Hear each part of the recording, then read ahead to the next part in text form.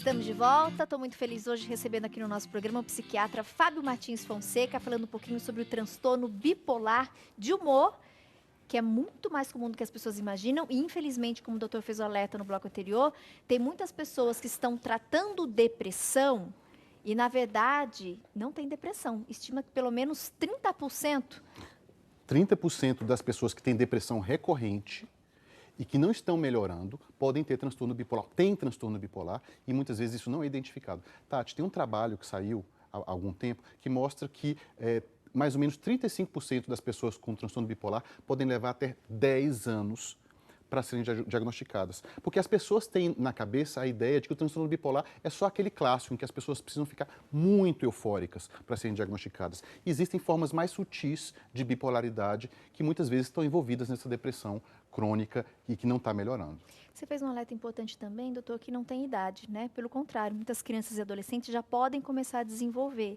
E aí as mães têm que ficar muito atentas aos sinais. Então eu queria daqui a pouquinho falar um pouquinho sobre esses sinais característicos, para a gente, né, ter uma atenção redobrada e observar, né, todo mundo de casa, ali da família. Mas antes eu queria saber se existe alguma causa específica conhecida, né? O que pode desencadear esse transtorno bipolar de humor? Então vamos lá, são duas coisas. A gente tem uma forte tendência hereditária e genética, tanto que se você tem um parente de primeiro grau com bipolaridade, o risco para você é maior, né?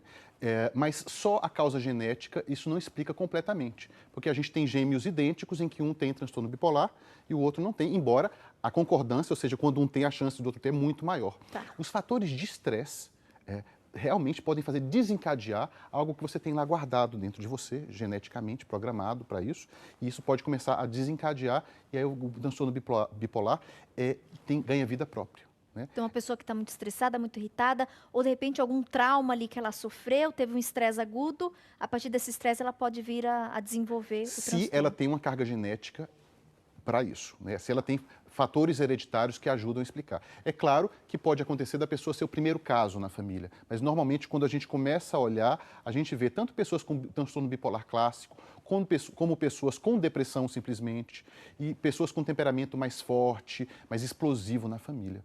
Então, tem uma causa genética e o transtorno bipolar, muitas vezes, ele é desencadeado por fatores de estresse, falta de sono, uma vida muito agitada, traumas, tudo isso pode ajudar a desencadear o transtorno bipolar, que já estava ali meio guardado nos genes da pessoa. Perfeito. Doutor, alguns sinais clássicos, de repente, algumas atitudes, coisas que essas pessoas que têm o transtorno fazem para que as outras possam observar, inclusive ajudar. Porque às vezes a própria pessoa não consegue se reconhecer, né?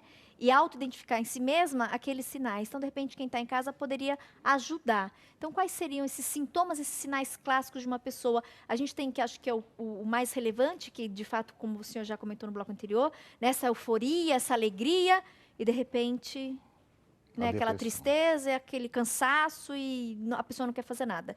Mas além desses sinais, existem outros sinais que o corpo dá e servem de alerta? Sim, existem vários sinais mais sutis, além de uma alegria exagerada. Então, a pessoa dorme pouco à noite e tem menos necessidade de sono, porque ela tem muita energia. Dorme 2, 3, 4 horas por noite e ainda assim está cheia de pique na noite seguinte. Né? Às vezes a pessoa tem pensamentos muito acelerados, a cabeça não consegue desligar, e esses pensamentos não precisam ser só pensamentos positivos, como na fase de euforia. Às vezes, na própria depressão, a cabeça está super acelerada, super agitada e fica pulando de tópico em tópico sem parar. Né? E aí o psiquiatra vai ter que ter o cuidado de diferenciar, isso é ansiedade, preocupação ou é bipolaridade? Compulsões, compulsão alimentar, compulsão por compras, né? Dirigir perigosamente, às vezes essas pessoas são mais irritadas, mas tem um histórico de muitos acidentes no trânsito, são pessoas às vezes mais irascíveis, brigam muito, são sempre meio comprando briga, são aquelas pessoas que fazem questão de estar certas o tempo todo. Sabe aquela história assim, entre estar certo e errado, eu prefiro manter a amizade? Às vezes pessoas com bipolaridade têm muita dificuldade com isso, né? A questão de justiça e de estar certo é sempre tão importante que isso vai minando os relacionamentos. Né? Então, a questão do sono, da sexualidade, da compulsão por compras, são pessoas muito intensas no que elas fazem. Então, todos nós temos pequenas paixões. A gente, às vezes, eu estou vendo aqui o seu programa de artesanato, né? Isso faz parte da vida de todo mundo. A gente se apaixona por aquilo. Pessoas com um temperamento bipolar, elas se apaixonam por aquilo e é só aquilo. É como se elas ficassem tão compulsivas com aquilo que parece que desaparece todo o resto. Entendi. Então são pessoas muito intensas, tudo ou nada, não tem meio termo. Tem Né? cura, doutor, ou não? Só um tratamento Tem que vai tratamento. aliviar? Tem um tratamento para aliviar. É com medicação? O tratamento necessariamente passa por medicação, Tati, mas não somente. Né? Porque um estilo de vida com sono, regularidade do sono, com exercício físico, com essa busca pelo caminho do meio, pelo reconhecimento dos primeiros sinais em si mesmo. Né? O que eu digo normalmente para os meus pacientes, olha, se a gente não quer que ninguém interfira na sua vida, você vai ter que se tornar mestre e especialista em você mesmo. Você mesmo tem que identificar quando você está começando a ficar mais irritado, você está começando a não dormir muito, quando você está começando a ficar compulsivo com alguma coisa e não tira aquilo da cabeça. Vai né? investigar. Vai investigar e começa a perceber esses sinais em você mesmo e buscar ajuda antes que alguém interfira na sua vida. Muito obrigada. Eu que Doutor, de agradeço. verdade, por tanta informação importante, né, que você compartilhou conosco.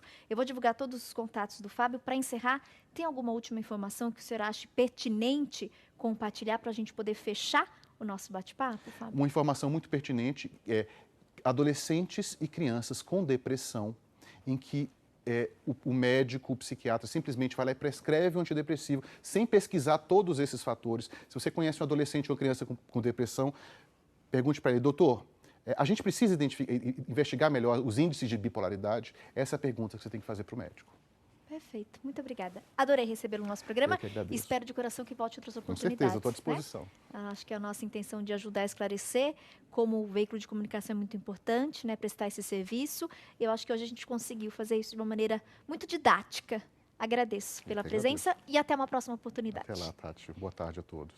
Vou fazer mais um intervalo rapidinho e na sequência a gente volta. Hoje tem pérolas de queijo no quadro Bom Sabor. A gente finaliza no próximo bloco e já Vitória Quintal trazendo mais um passo a passo em tricô, uma blusa linda para você arrasar no verão. Não sai daí, a gente volta já.